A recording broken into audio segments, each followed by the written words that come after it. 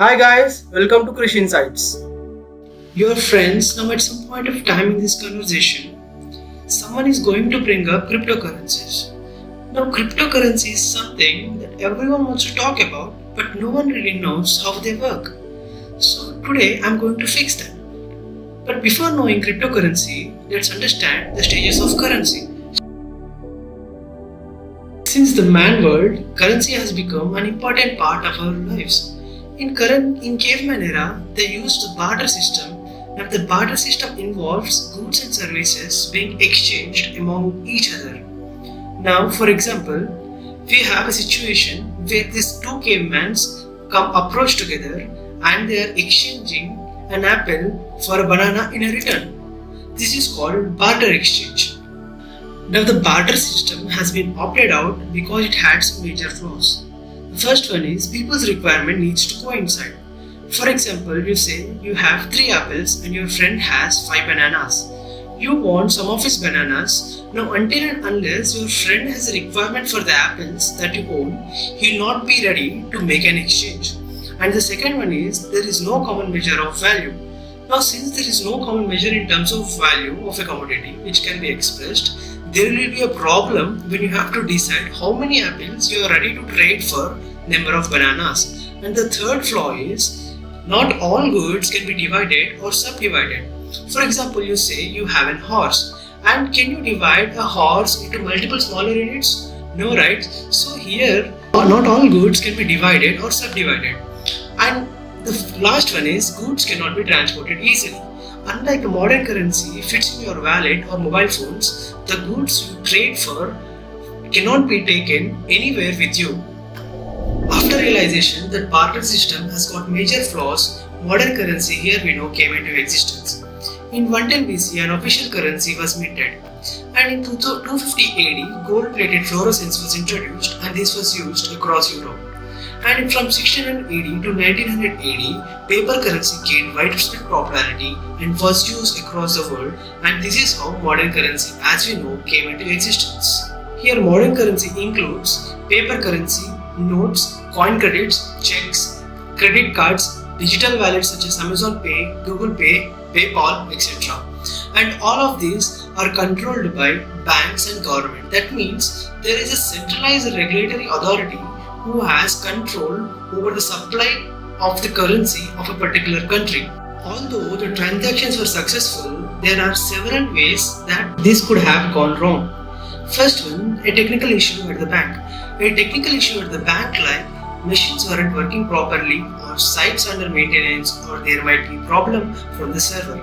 And next one is the users' accounts were hacked. Since everything is online now, there is a possible threat from the hackers that your account might get hacked or transaction you are doing might get exposed. And in some cases, banks restrict users to transfer amount more than the limit given to them. Say your bank gave you a limit of rupees 50,000 per day to transact and you cannot transfer amount more than that.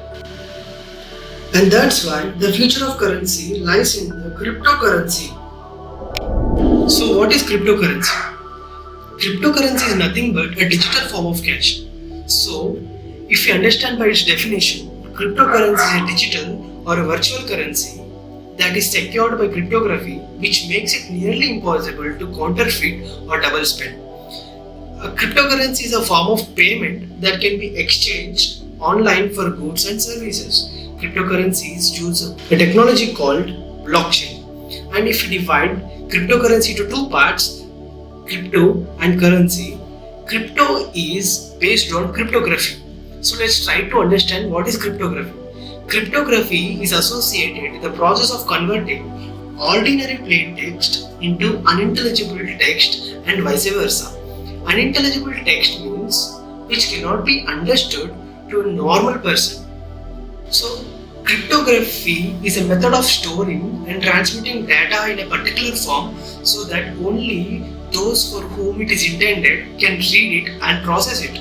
So, for example, if you take Bob and Alice, Bob wants to send some message to Alice and he wants to make it a secret. But Bob will encrypt the message in some code by using a secret key and sends the message to Alice. and Alice will receive the code and he will decrypt the key with the same key and reads the message and process it. So this will be only in the hands of Bob and Alice. No other person will be involved and no other person will know what was happened between Bob and Alice. So this will help the cryptocurrency more secure. So cryptocurrency has three major advantages. Transactions are secure, it has control over the creation of additional units in the block, assets are verified, and all the transactions in cryptocurrency are verified by a mathematical function called hash. After verification, the transaction will be stored in a ledger. And who will do this verification? The verification are done by miners, and miners are across the world. All the ledgers are stored in a blockchain, and a blockchain is a separate topic. We will be discussing about blockchain in another video.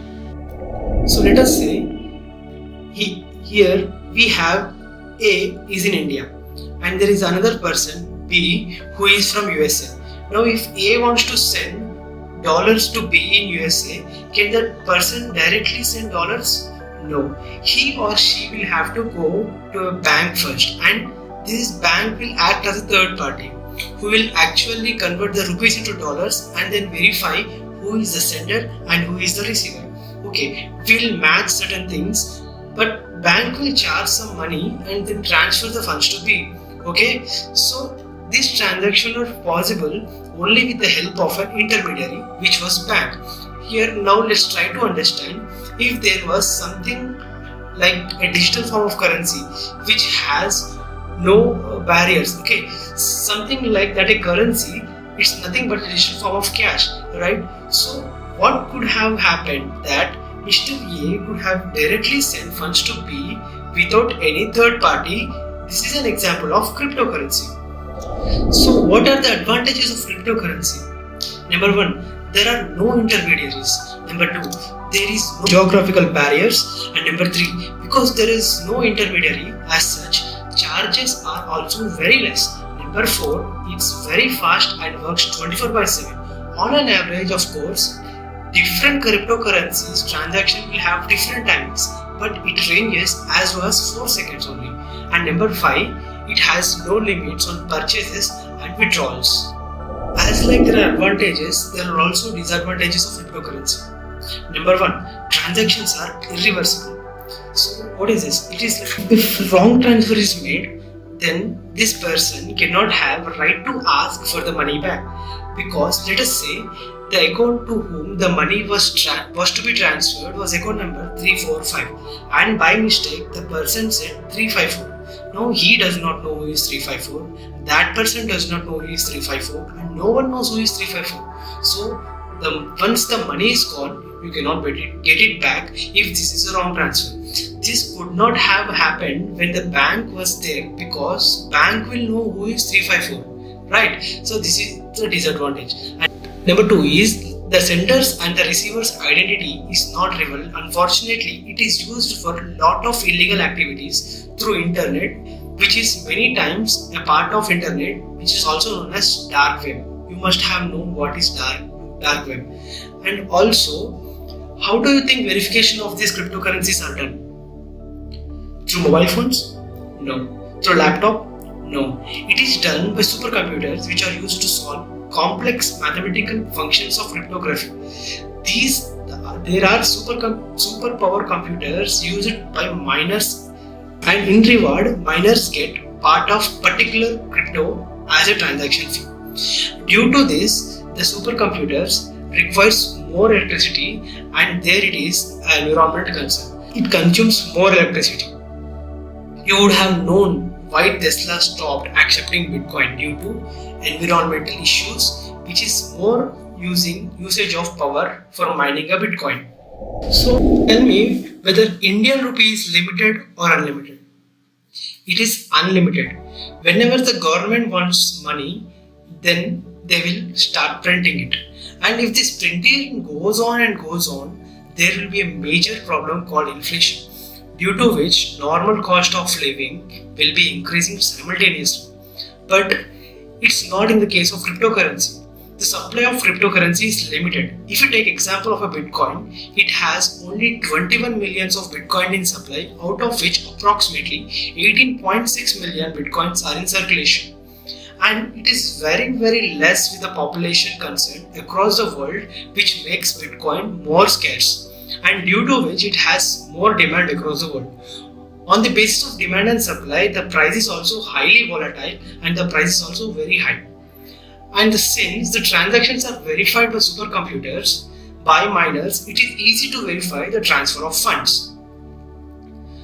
There are no one to control or regularize the cryptocurrency. It works on its own. Though it works on its own, there are some centralized exchanges such as Binance, WazirX, Coinbase, which works on bid and ask model, will have cryptocurrency traded on their platform. And it is also not very easy to increase the supply of any cryptocurrency until and unless it has met certain conditions which requires coding and all. There are 4,000 plus cryptocurrency as of January 2021, and the most popular cryptocurrencies are Bitcoin, Cardano, Litecoin, Ethereum, and Binance Coin. There are a lot more coins and I will be explaining about major coins. Comment down below about the coin you want to know. So, should you invest in cryptocurrency right now? Bitcoin is more volatile. If you see this chart, in December 2017, the price of one Bitcoin was around Rs 12.7 lakhs. And it went down to 2.95 lakhs in March 2020. And since then, likewise normal stocks, Bitcoin has rallied like anything, and it recorded all-time high in April 21 with a price of 48.78 lakhs. So it is highly volatile, and 48 lakhs for one Bitcoin? God, how even that possible for a normal person to buy one Bitcoin? So can we buy in fractions? Yes. Definitely, you can buy Bitcoin as low as for Rs 100. All the things which were discussed in this video is not a financial advice, and do your own research before investing in anything. Not only Bitcoin, there are more advanced level coins which are working great in the market, where you can do your own research and make a decision to invest. Right now, the market is bearish since April. And now the market is accumulating and stabilizing. I would recommend you to wait and watch. So guys, this is all about cryptocurrency in short. Hope you liked the video. Thanks for watching.